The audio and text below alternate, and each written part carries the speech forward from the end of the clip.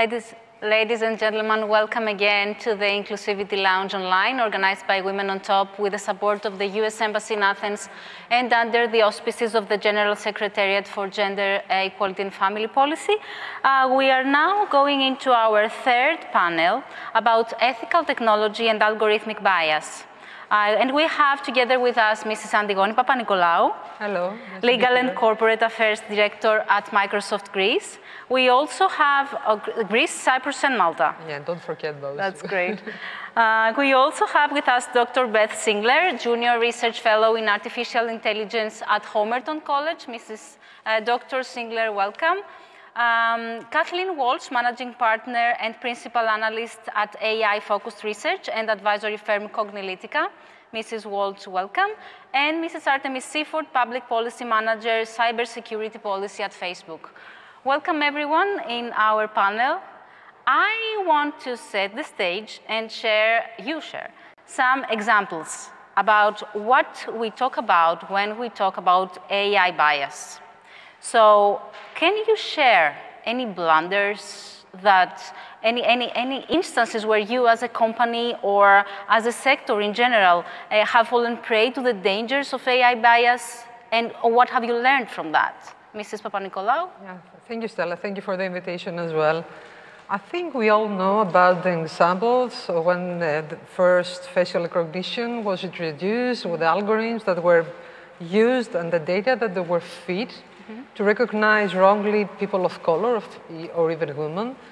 That is quite obviously what the impact might have on the conduct of life and how these people's life might be affected by the use of such algorithms which are not properly fed or properly designed. This is one aspect. Another example I would like to share comes from the automotive industry. I don't know how many do they know, but there has been some seatbelt test safety for safety reasons. And apparently when the algorithms were used, the data that were fed was mostly coming from male body types. What that meant, that most probably when these safety standards or the safety implementation of seatbelts would be in real life, that might have a crucial impact on the lives of the women. And then it comes the question not only about how we're impacting our lives, where we are living them, but the life itself. And then the question is about how do we learn about this? Yeah. And the issue is that we need to learn the insights from all this experience and to try to have a principled approach on how to address these new challenges that AI poses from ethical perspective, and not only. That's so true what you say.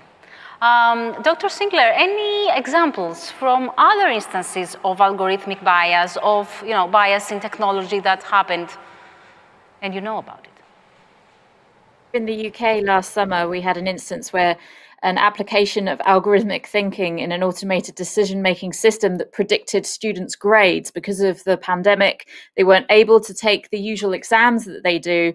And those predictions were obviously based on the data from their schools rather than the individual students. So you might have an excellent student, but couldn't then break away from the quite often class-based assumptions here in the UK about what a good school is and how you can be successful coming from one. And there's other examples that I think we don't know so much about because they are embedded within more invisible systems, so decision-making systems within insurance companies or mortgage companies. And we get examples only when there are these flashpoints of human interaction with algorithmic systems and them having direct impact on their lives when they can find out about them. So true. Thank you so much. Mrs. Seaford, any examples, any blunders that you have heard about? Or examples. Let me first add my thanks to both Women on Top and the US for its continuous effort to inclusivity. It's really refreshing to be on an all-female panel and not a very common event. And I should say that I'm here in a personal capacity. I don't work on AI at Facebook. I'm not able or authorized to speak on behalf of the company. I work on cybersecurity, designing and implementing policy to fight adversarial actors. Having said all that, examples, I should add to the list the most interesting use cases in my mind are not the clear blunders, with some where we can easily fix it.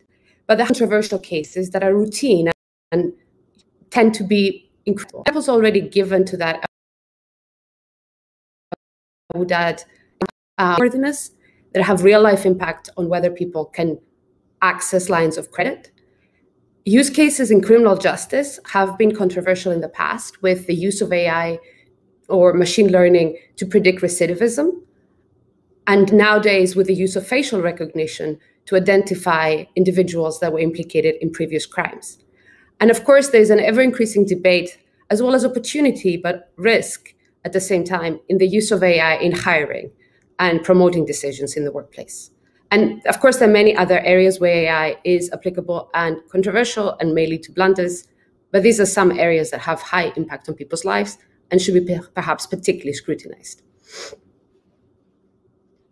Thank you so much. Mrs. Walch, your examples, please.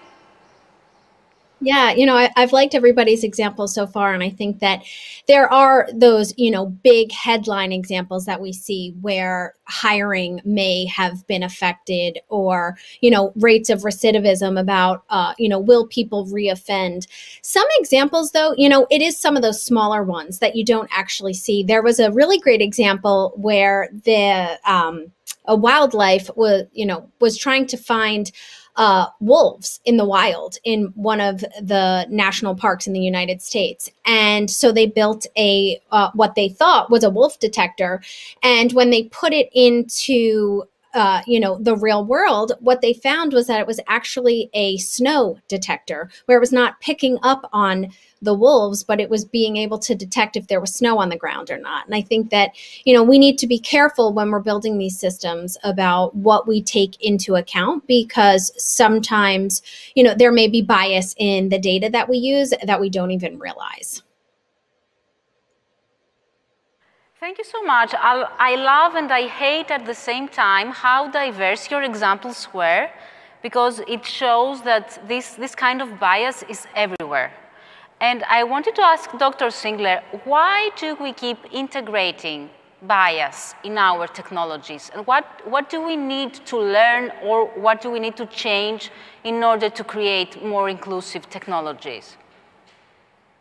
Well, I think the key problem is that nothing that we produce in terms of data is ever completely free of bias. That we're bringing with our technological advances all the historical and cultural baggage that we already have.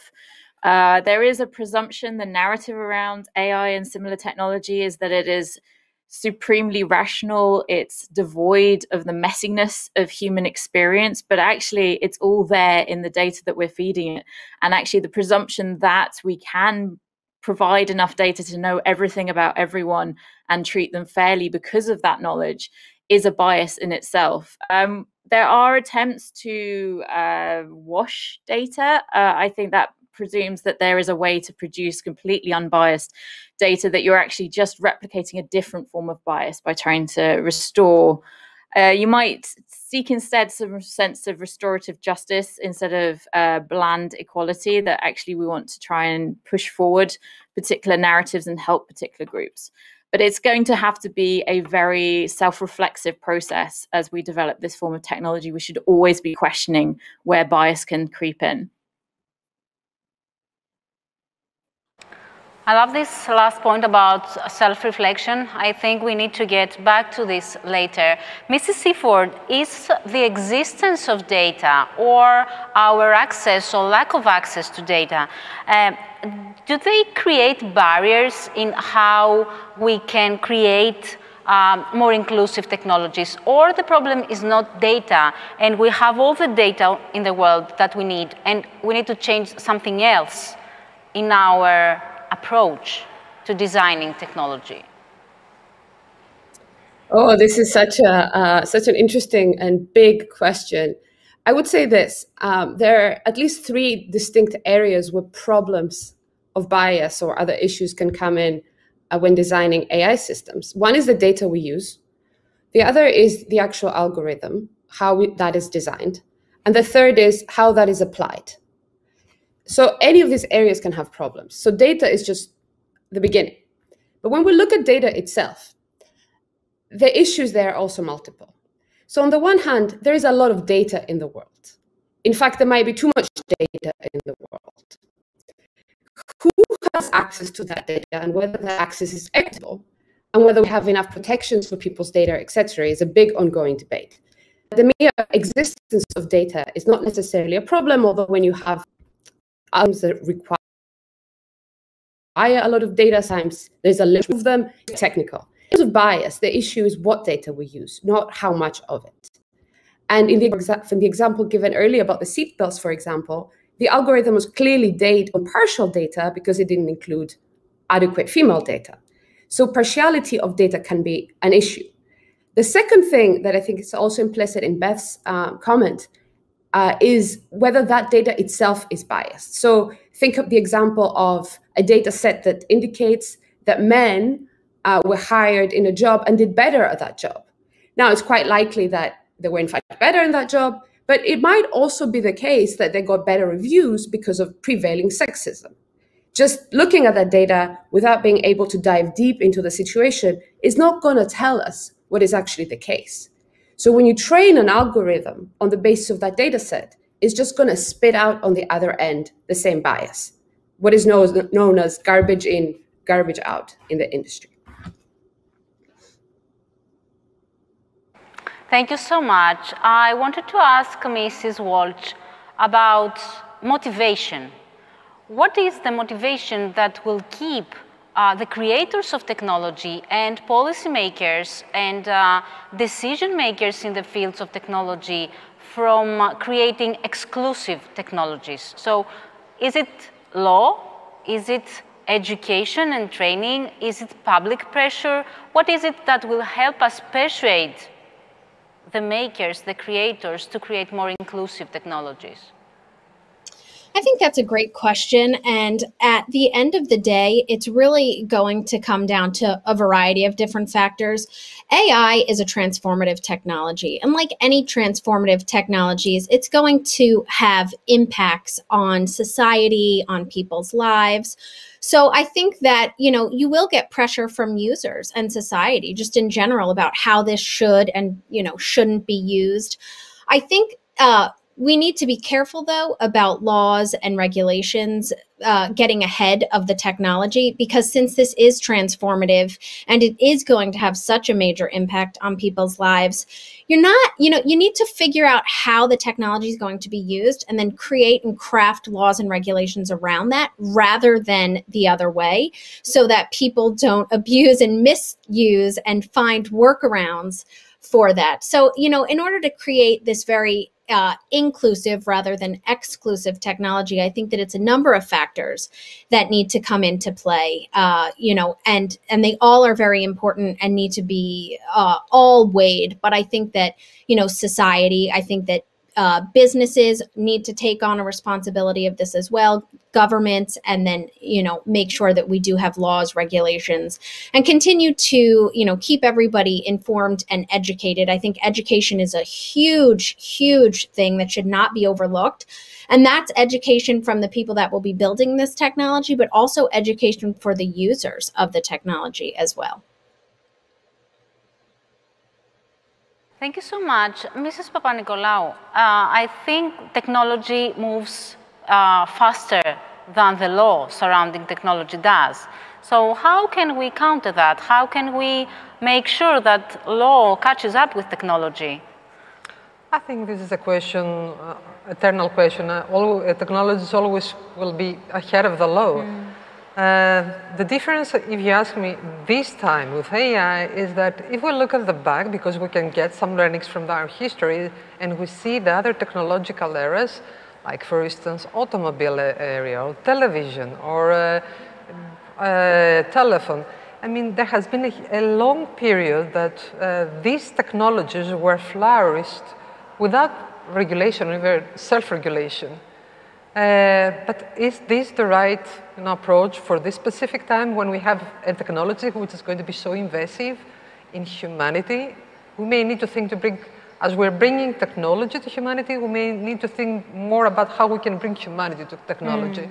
And this is also something that lies with the responsibility of the tech sector. And there is an accountability. That's why we talked in Microsoft about the need maybe to think about having an oath of Hippocrates, like the doctors, like the people who are developing and designing those technologies, to have that in mind, to serve people, for people. The technology is designed for this reason. And on the other hand, we might need to think, the decision-making, the regulation-making in a more intelligent way. Maybe we need to think about intelligent regulation. What do I mean about that? Because, of course, there is an accountability of the tech organization, and this comes from the senior leadership to down. But again, the leaders of these organizations are elected by board of directors, not by elected by people. Those who are elected by people need to have a saying, and sooner than later. And maybe also the governments can, take something from how technology is innovating. And I will use the concept maybe of the minimum viable product. What do we mean by that? I mean, we are introducing a new product, we place it on the market, we learn from the real world and taking the experiences, and then add new features to serve the customers. Maybe this would be, in a way, it's the right time to make our case for the regulators to use that approach, instead of waiting for so long the discussion to get matured and trying to reply perfectly every conceivable question. Maybe we need to think to reply reliably some critical questions, and then develop that the legislation, a little legislation, test it, and then add the new features on it. I mean, as I think Brad Smith wrote in his book, Tools and Weapons, with a co-writer, Carol Brown, he mentioned that, and it really resonated to me, that it's not a question whether the governments or the society at large will move too soon or too much on regulating. The question is not to move too slow. Technology always will speed up, will be ahead. It's not going to slow down its pace of innovation. Maybe we need to speed up. That's so true. And I love the idea of the oath. Yeah. I now have a personal question for all of you. We don't have much time, so I will ask you to be short in your answers, brief. We really tried to have a man or two men in this discussion, and we couldn't find anyone. Some of them did not reply to our invite, and there weren't many that were, working on these issues, on these concepts, and we could only find women, you. No, more women also, but you, of course. So what was your motivation for getting into this kind of work? Can you share, Ms. Papanikolaou? The topic is so relevant, and being a mother of two kids, I think we are in the era of AI where we have a technology which is at its infancy. So at the end of the day, we have a responsibility to have this open dialogue and public dialogue, how to feed the new technology kit to serve our purposes. And I think this is a very interesting and so relevant discussion for each and every one of us. Thank you so much for sharing that. Mrs. Walch? At Cognilytica, we are focused on artificial intelligence, and we spend a lot of our time here. I think for people in the industry, they know that we've been through 2 AI winters before. We're now in our AI spring, as we call it, or summer. And I think what's different about this wave is that it's really affecting us on an everyday level in all areas of our lives. And I think that it's more important than ever to be having these conversations around the use of the technology, the ethical use of the technology, biases that do exist, so that we really understand what we're doing rather than blindly trusting technology. So that's why I love discussions like this. Thank you so much for inviting me. I'm surrounded by incredible women on this panel. So thank you for giving me the opportunity to discuss this. Thanks for being here with us, and thanks for doing this work, I think from all of us. Dr. Singler, what's your story? How did you get involved in this kind of work? So as an anthropologist, my research primarily looks at the more kind of fringe apocalyptic, dystopian and utopian views of artificial intelligence. And what I think is really important is actually to place those to one side and look at the sort of the mini apocalypses that are coming because of rollout of technology that we don't understand in particular ways, the public doesn't understand, and they draw instead on those sort of fanciful science fiction futures, when actually the near future is what is the most dystopic and most concerning, and where they should be looking at the ethical and social concerns.